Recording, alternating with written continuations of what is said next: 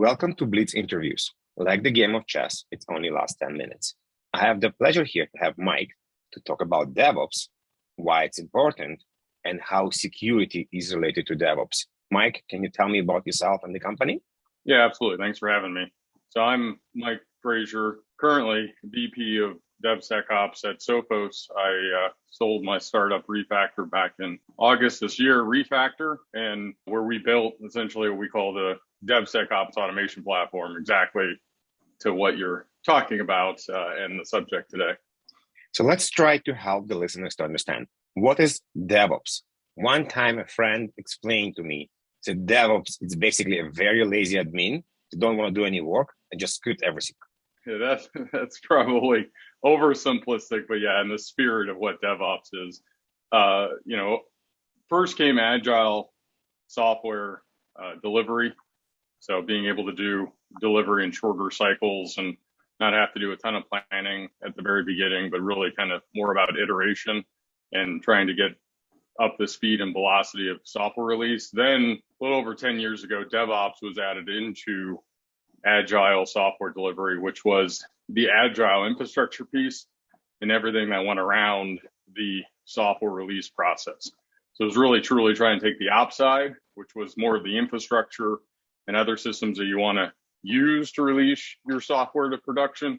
And then, obviously the dev part, which was already in place, and that's what you were trying to enhance. And that was really the genesis of where DevOps came. And then AppSec, which has been around forever, was originally added into DevOps to create DevSecOps. But the reality is, I look at DevSecOps as not just adding in AppSec into DevOps, but really looking at holistically how security can be built in to every stage of your release process.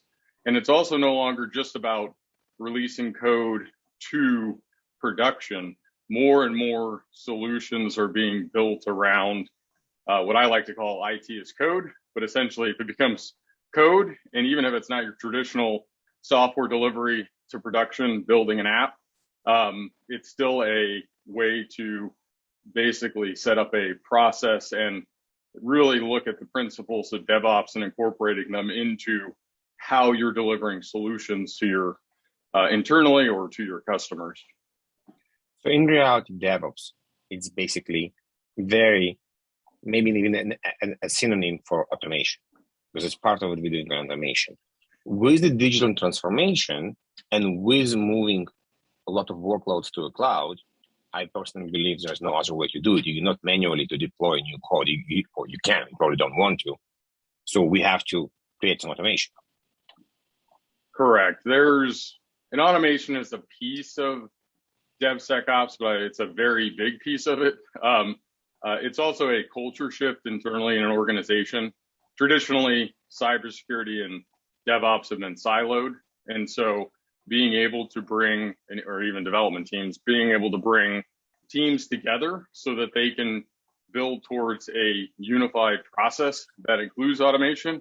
And yes, absolutely. With the push to cloud and everything essentially becoming code, and I talk about this all the time, it has to be able to be put into an automated process, building out your pipelines with security built into them. And then also thinking about the fact that cybersecurity and DevOps are two of the highest in demand and lowest in supply. So we have to use automation to augment that. And traditionally, it's been CI/CD in the developer workflow. And now you see a lot of products coming out that are able to incorporate themselves into what I like to call the existing brownfield traditional application or software delivery process. And now looking at it, if cybersecurity is going to be a part of that process, not just from a visibility standpoint, but actually having a seat at the table and truly collaborating, it has to incorporate other things other technology that you're trying to automate that now becomes part of that process. And again, it doesn't necessarily have to be about software delivery to production of your applications.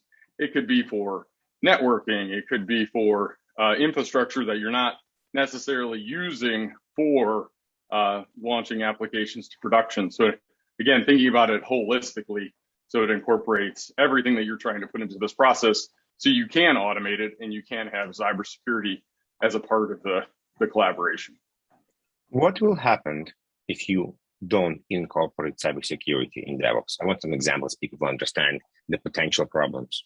Yeah, there's all kinds of issues that can happen there, but everything from I'm not scanning my code for vulnerabilities all the way to my infrastructure is deployed and I didn't set policy or governance over my infrastructure, and I may have an open firewall port on my WAF that I didn't know about, or I may have I may not be complying to certain standards that are required, like CIS or NIST or so on. So I have to think about the impact of, if I don't have a machine checking it in a DevOps process, not incorporating tools and technology to do that, I open up the overall attack vector at every single step in the pipeline process. If I'm a company that's starting today, what would you recommend to do? Because people usually, when they start a company, they're very focused on having a product. What would you recommend them to do to start this security correctly? So one of the things that we did was start putting together a security program, because you don't know what you don't know. And so you really have to think about everything, not just including the technology part, but also the people part. And so a security program is imperative to have in place. So at least you know what you need to start doing, even if you don't have full coverage from a cybersecurity perspective when it comes to DevSecOps. Also, the other thing I would say is, and I push this a lot, cybersecurity practitioners need to upskill. It doesn't mean that they have to become hardcore software engineers. It just means that you have to start learning, okay, what is infrastructure as code? How do I secure it?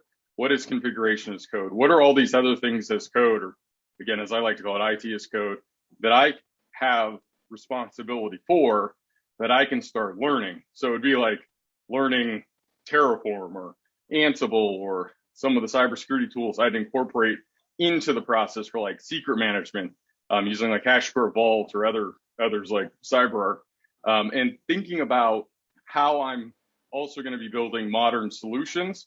So everything becomes building blocks over time. So I can add or subtract things into my process and make it super modular.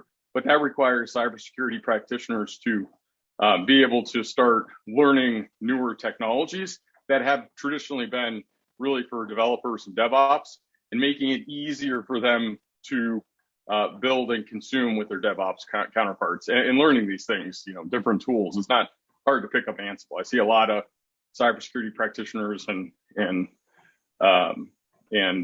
ops folks picking up these tools because they need them, because they want essentially to build automation so they don't have to do menial tasks. They can just automate them and put them into a process.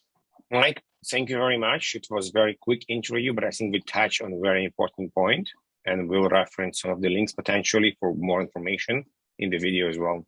Awesome. Thanks for having me.